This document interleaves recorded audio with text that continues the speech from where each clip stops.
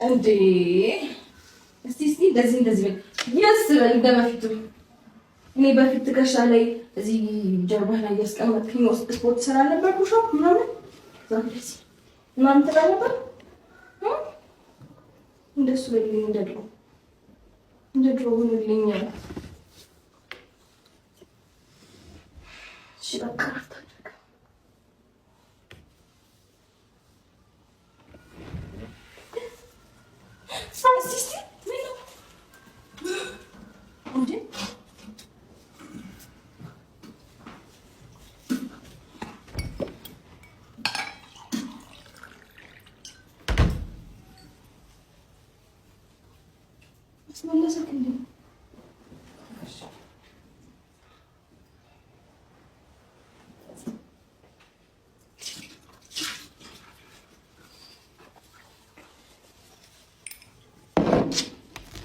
እኔ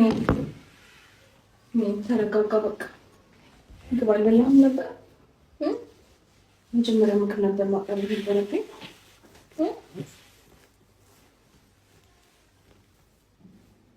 ምግብ ሰጥተህ ባሽን አውቃለሁ።